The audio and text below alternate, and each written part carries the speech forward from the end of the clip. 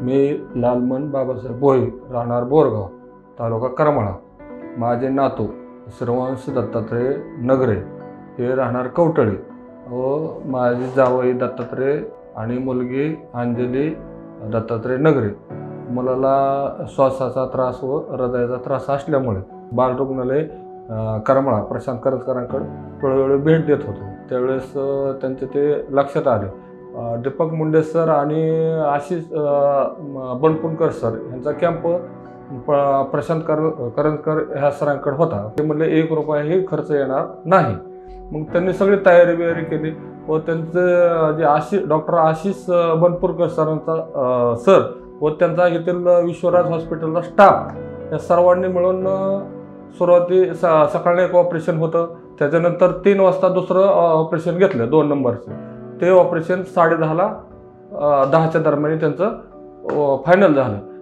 दुसरं ऑपरेशन आणि तिसरं ऑपरेशन हे साधारणतः 10:30ला आमचं पेशंट घेतलं व 10:30ला पेशंट घेतल्यानंतर आम्ही काळजीत पडलो होतो की हे ऑपरेशन करतात कसे.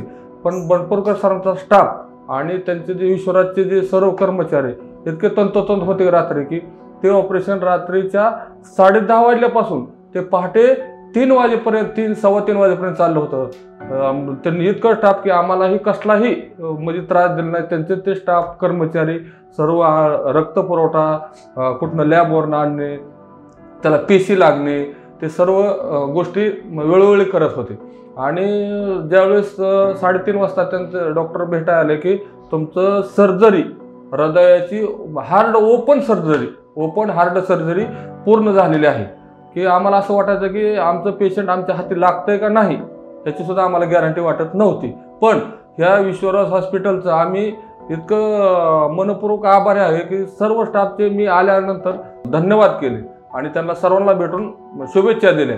पण हे जे लोकांनी जेवढं फुकट केलं 1 रुपयाही खर्च न करता आमच्या हे विश्वराज हॉस्पिटलचं मी आभारी आहो. तुम्ही सर्व लोकांनी विश्वराज हॉस्पिटलशी संपर्क साधून फुकटमध्ये हृदयाची ओपन हार्ट त्यासाठी तुम्ही सर्वांनी भेट द्यावी ही आमची कळकळीची विनंती.